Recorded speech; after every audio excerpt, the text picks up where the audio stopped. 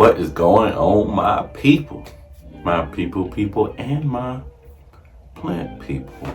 How is your weekend gone? Okay. That's what's up. I'm glad to hear that. I hope it gets better and better and better. But I'm doing really well.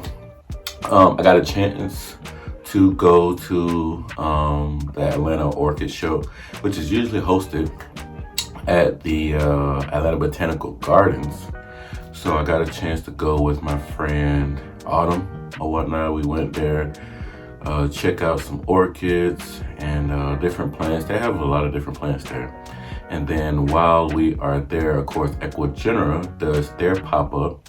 If ever you are looking for Ecuagenera to do a pop-up in your city, you have to just go to pretty much their website and look under shows or whatnot. And they're typically almost everywhere around the world, honestly. And I like Ecuagenera when they kind of pop up. Typically, I'll go on like a Sunday, because usually on a Sunday they kind of give discounted prices, and I think I learned that by Lex, if I'm not mistaken. So I've been doing it kind of ever since. So usually whenever I buy something, it's usually a lot less than I won't say a lot less, but it's less than what it was on like the first 2 days or something like that. I think they typically do like a Friday, Saturday, and Sunday or whatnot. Y'all already know my Fridays and Saturdays are filled with therapy.